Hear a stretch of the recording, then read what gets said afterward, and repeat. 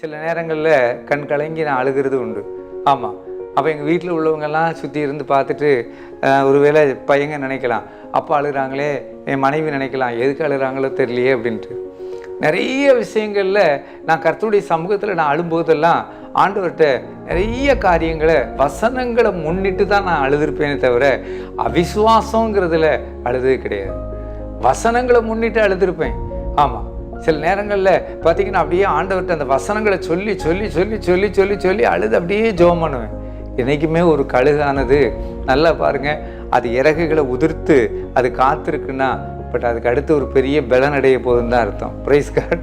ஆமாம், ஒரு பெரிய பலன் அடைந்து ஆண்டவருக்கு முன்பதாக அது பலனடைந்து வரும்போது அது என்ன நடக்கும் அப்படின்னு சொன்னால், அது தன் இறகுகளை அடிக்கும்போது அந்த ஓடெல்லாம் பார்த்தீங்கன்னா வீட்டில் இருக்கிற ஓடெல்லாம் அப்படி செதறி உடஞ்சி செதறுமா. Price God. அல்லேலூயா.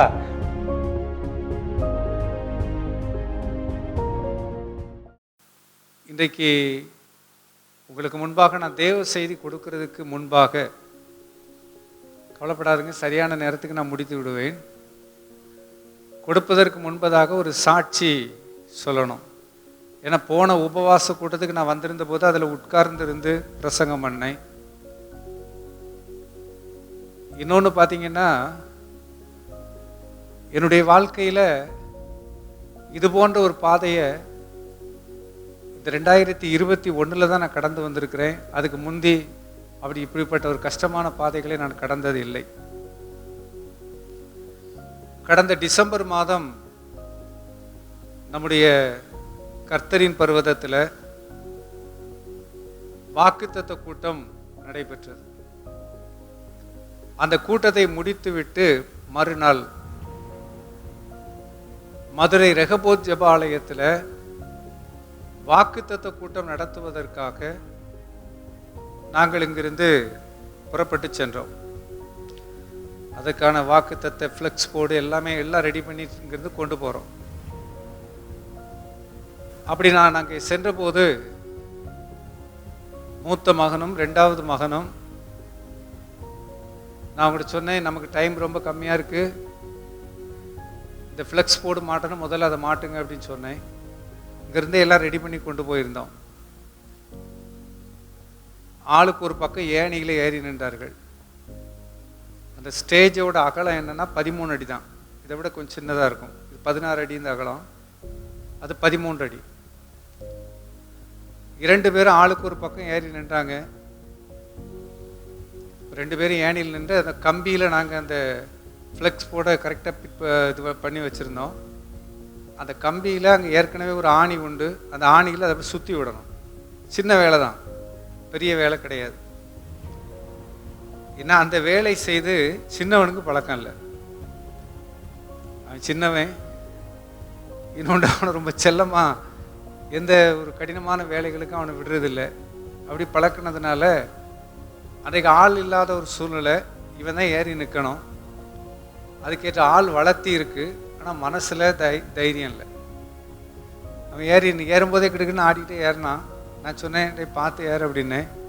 ஒரு குறிப்பிட்ட நேரத்தில் அவன் ஏறுறது கொஞ்சம் யோசித்த உடனே கொஞ்சம் சத்தம் போட்டேன். நான் சீக்கிரம் ஏறி கேட்டு, நேரம் ஆகிட்டு இல்லையா அப்படின்னேன். வேக வேகமாக ஏறினா அந்த ஏணியோட ஒரு கால் அப்படி லேசாக அப்படி வளைந்த மாதிரி இருந்து கிரிச்சின்னு ஒரு சத்தம் கேட்டுச்சு. நான் வேற ஒரு வேலையை செஞ்சுட்டு இருந்தவன் டக்குன்னு கவனித்து பார்க்குறேன், இவன் கீழே விழ போகிறான்.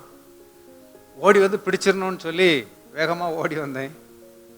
வரும்போது என்னுடைய கால் சறுக்கி அந்த குதிரைன்னு சொல்லுவாங்க அங்கே, அந்த ஏணிக்குள்ளே என்னுடைய கால் சிக்கிக்கிட்டு இவன் கீழே விழுறான். ஏணி என் மேலே விழுது, நானும் கீழே இருக்கிறேன். இடது காலோட அந்த டிஸ்க் என்ன செஞ்சிட்டுன்னா விலகிட்டு. நான் அப்படிப்பட்ட காட்சி இதுக்கு முந்தி பார்த்ததே இல்லை. காலை பார்க்குறேன், கால் அப்படியே தனியாக அப்படி மிதிச்சு நடக்கிற இடம் இப்படி தனியாக இருக்கு. கொஞ்சம் கலக்கமாயிட்டு எனக்கு. ஆனாலும் ஒரு டவல் கொண்டு வர சொல்லி அந்த டவலை வச்சு நானே கட்டுறேன். கட்டிட்டு எழுந்து நிற்கணும்னு பார்க்குறேன், அது முடியுமா? கீழே விழுந்துட்டேன். சரி, கூட்டம் தடைப்படக்கூடாது. எப்போதுமே என்ன நடந்தாலும் கூட்டங்களை தடை பண்ண விடுறது கிடையாது. நான் சொன்னேன், மனைவியை கூப்பிட்டு, கலங்காத, ஒரு ஆர்த்தோ டாக்டர் நல்ல ஆஸ்பத்திரி ஒன்று இருக்குன்னு சொல்கிறாங்க, நாங்கள் போயிட்டு வந்துடுறேன், நீ கூட்டத்தை நடத்து, தைரியமாக நடத்துங்கன்னு என் மனைவியும் இளையவனையும் அங்கே விட்டுட்டு நான் ஆஸ்பத்திரிக்கு என்னை கூப்பிட்டு போனாங்க. அங்கே போய் மாவு கட்டு போட்டாங்க, எல்லாம் ப்ராப்பராக நடந்துச்சு. அன்பு தேவனுடைய பிள்ளைகளே, இங்கே வந்து பார்த்தேன், கூட்டம் எல்லாம் நடந்து முடிந்திருந்தது. இரவு 11 மணிக்கு வந்தோம். முடிச்சுட்டு வரும்போது மூத்த தம்பி தான் கார் ஓட்டிகிட்டு வந்தான். அப்போ மாவு கட்டு போட்டிருக்கு, எனக்கு மாவு கட்டு போட்டிருக்குது, 2 நாளில் நீங்கள் வரணும்னு சொன்னாங்க.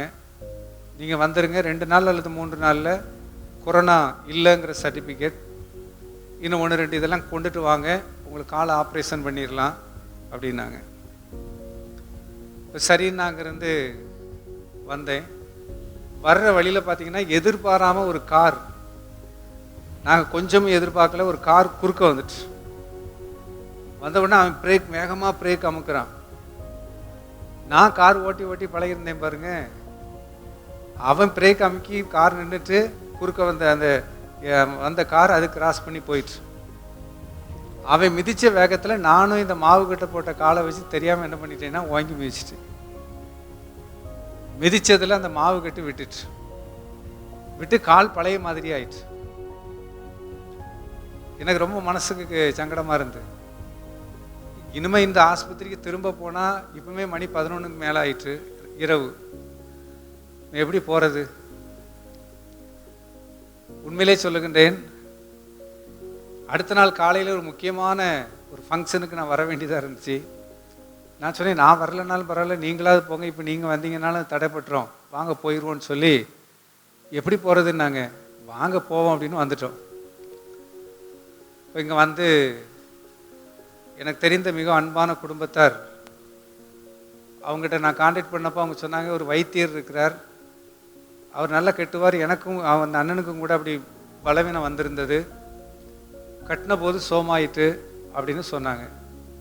அப்படியா, சரி, இந்த மருத்துவமனைக்கு போகணுங்கிற அந்த எண்ணம் போய் இப்போ வைத்தியரை பார்க்கணுங்கிற எண்ணம் வந்துட்டு, அந்த வைத்தியர் வந்தார். அவர் நல்லா கட்டினார், அவரை குறை சொல்கிறதுக்கு ஒன்றும் இல்லை, நன்றாக கட்டினார். நான் கீழே விழுந்தப்போ அந்த எலும்பு அந்த தோல் பகுதியில் கீழே அப்படி ரொம்ப அழுத்தமாக அமைக்கிருக்கும்னு நினைக்கிறேன். அது ஒரு சின்ன சிராய்ப்பு மாதிரி இருந்துச்சு. அந்த வைத்தியர் கட்டிட்டு 4 நாள் கழித்து தான் அந்த கட்டை அவிழ்த்து பார்ப்பாங்க. அதே போல் 4 நாள் கழித்து அவர் அவிழ்த்து பார்த்தார், திரும்ப மருந்து வச்சு அந்த தைலம் ஊற்றி கட்டுறதுக்காக. அப்போ பார்த்தா அதில் ஒரு பொக்களம், பெரிய பொக்களமாக இருந்தது. உடனே அவங்க ஒரு மருந்து வச்சாங்க. மருந்து வைத்துட்டு பார்த்தா அது புண்ணாயிற்று.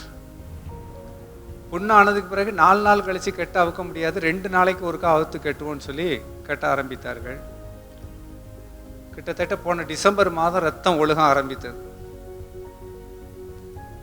ரத்தம் ஒழுக ஆரம்பித்தால்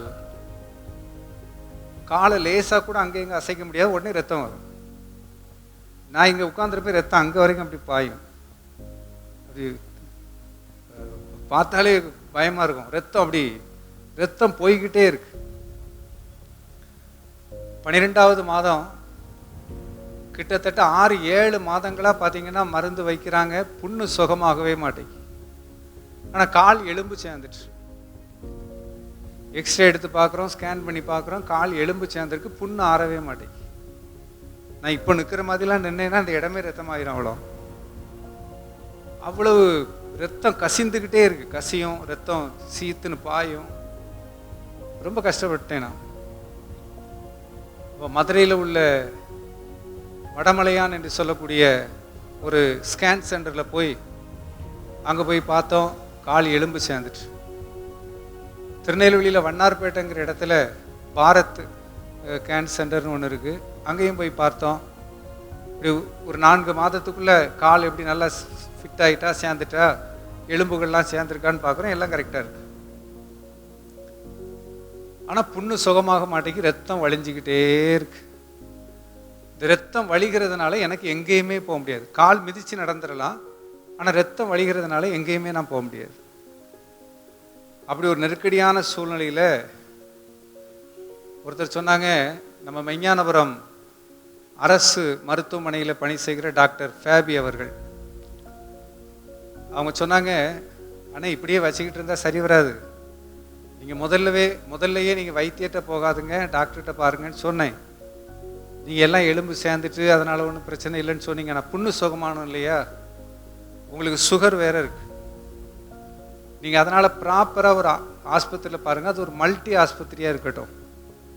ஒருவேளை ஆர்த்தோ டாக்டர்கிட்ட மட்டும் நம்ம பார்த்தோம் அப்படின்னா, ஒருவேளை உங்களுக்கு உடலில் மற்ற ஏதாவது பலவீனம் ஏற்பட்டால் பார்க்க முடியாது. அதனால் நீங்கள் என்ன பண்ணுங்கள், ஒரு மல்டி ஆஸ்பத்திரியாக பார்த்து அங்கே ஆர்த்தோவுக்கும் பார்ப்போம், மற்றபடி உடலில் எந்த பிரச்சனை வந்தாலும் அவங்க பார்த்துக்கிடுவாங்கன்னு சொல்லி டாக்டர் தான் இன்னைக்கு கூப்பிட்டு போகிறாங்க.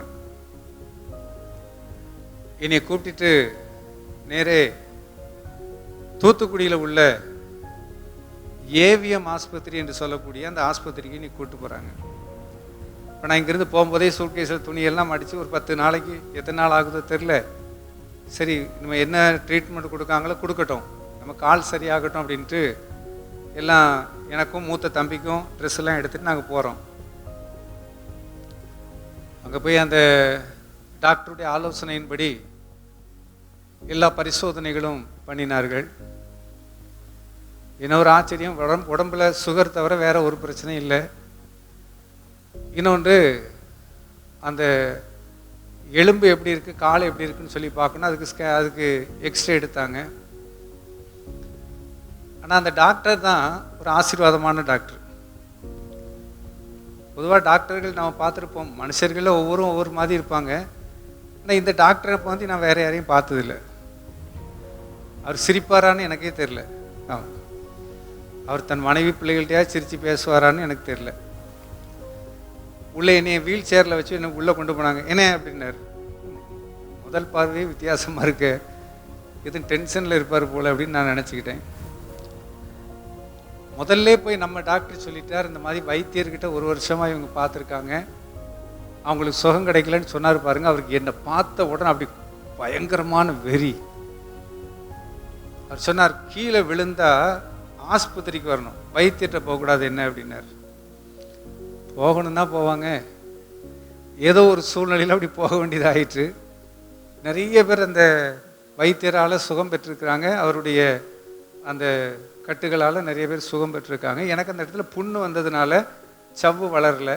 இதுதான் டாக்டர் சொன்னதும் சரி, அந்த வைத்தியர் சொன்னதும் சரி.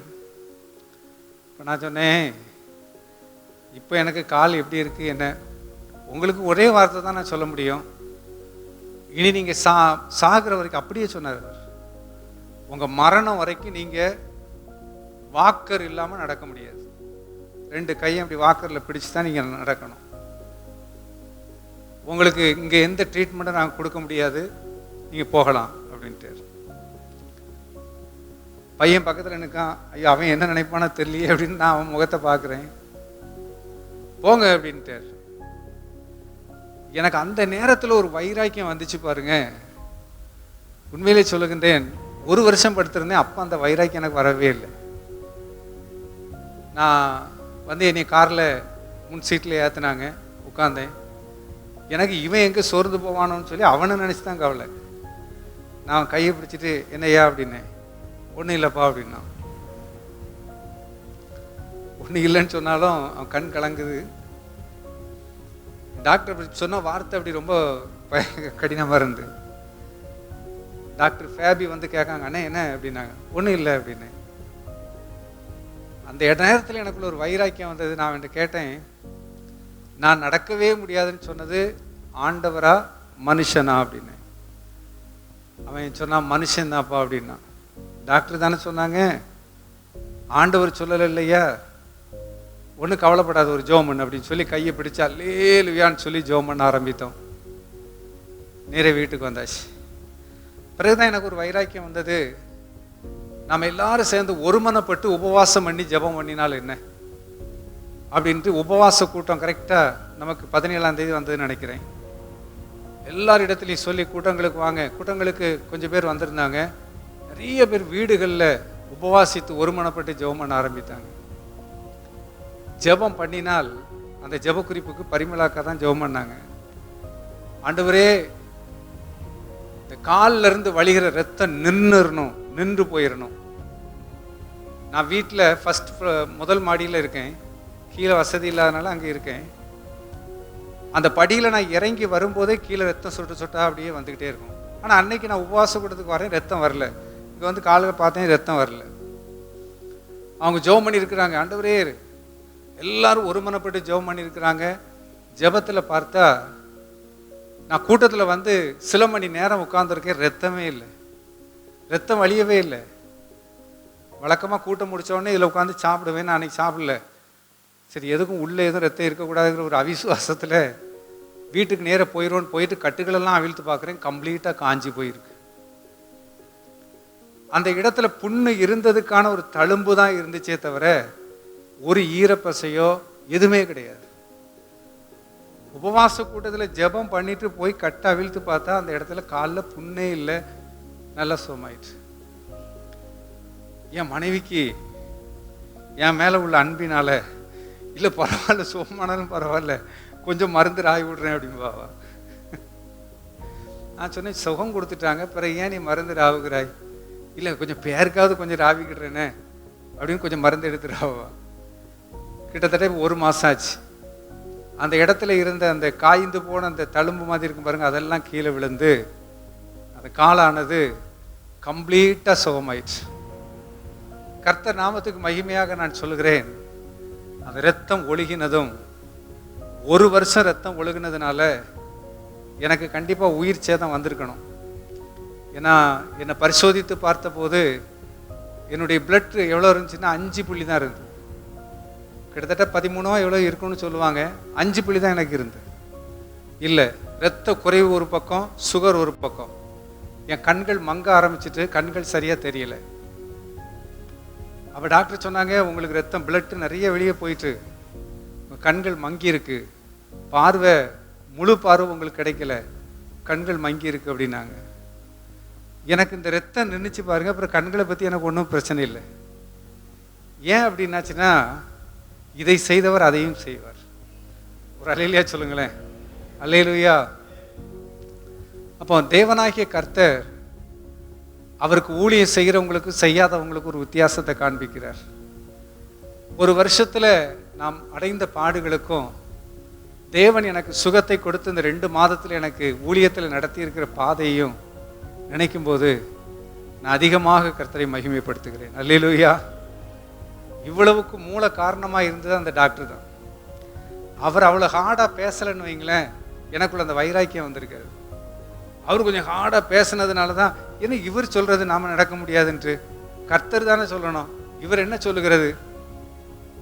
அதனால் நமக்கு எப்போதுமே நம்மளை கொஞ்சம் அப்படி மட்டம் தட்டி பேசுகிறவங்க, இப்படி தான் ஆகும், இப்படி தான் போவீங்கன்னு சொல்கிறவங்கெல்லாம் நமக்கு ஆசீர்வாதமான பாத்திரங்கள். ஒரு அல்லேலூயா சொல்லுங்களேன். தேவனாகிய கர்த்தர் கடந்த உபவாச கூட்டத்தில் எனக்கு இப்படிப்பட்ட ஒரு அற்புதத்தை செய்தார். இன்றைக்கு உங்களுக்கு முன்பதாக காலில் புண்ணு இல்லாமல் நல்ல முறையில் நின்று தேவனுடைய நாமத்தை உயர்த்த உதவி செய்திருக்கிறார். கர்த்தருக்கே ஸ்தோத்திரம். அல்லேலூயா.